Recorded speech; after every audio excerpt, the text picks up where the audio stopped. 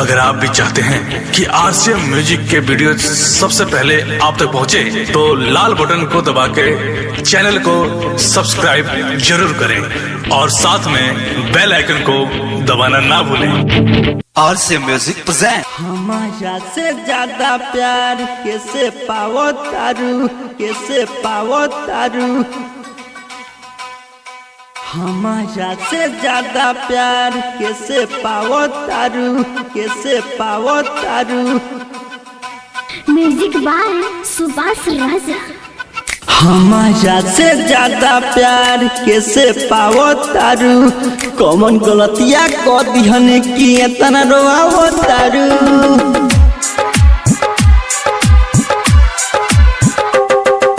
हमारा से ज्यादा प्यार कैसे पावो तारू, कौन गलतिया को दिहने की इतना रोवावो तारू।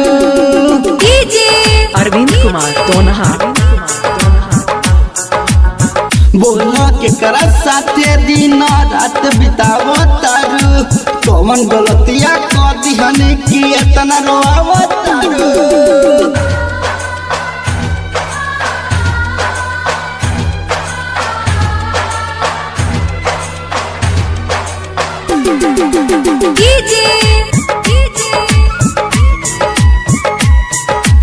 अरविंद कुमार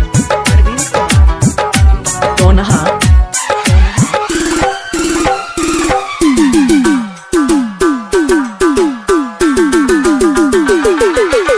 सामने से गुजरेलू नजर ना मिलावेलू, बोले के चाही तो मुहमा बनावेलू। सामने से गुजरेलू नजर ना मिलावेलू, बोले के चाही तो मुहमा बनावेलू। नहीं रहल जाला ना सहल जाला, नहीं रहल जाला नहीं सहल जाला। हमारा के देखते देखते नजर चुरावो तारू, बोला जान काए हमके इतना सतावो तारू। बोला के करा साथे दिन रात बितावो तारू, कौन गलतिया को दिहने की इतना रोवावो तारू।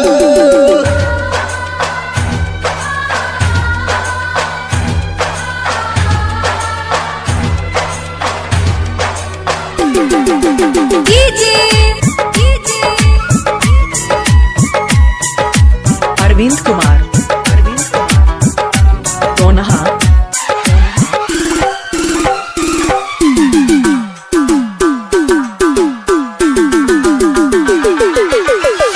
हमारा के दर्द देखे खुश बारू जान हो, मन कर सूत जाई जाके शमशान हो। हमारा के दर्द देखे खुश बारू जान हो, मन कर सूत जाई जाके शमशान हो। नहीं रहल जाला नहीं कहल जाला, नहीं रहल जाला नहीं कहल जाला।